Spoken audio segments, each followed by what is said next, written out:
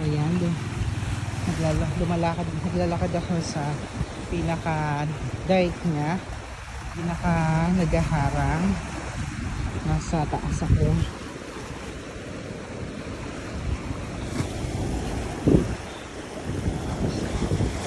So ingat lang kasi medyo makipot lang talaga yung aisle niya.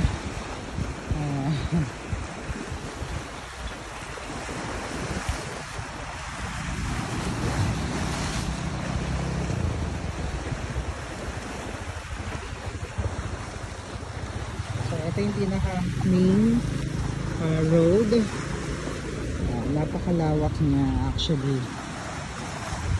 So bakit lang ako para maglakad sa pinakataas niya.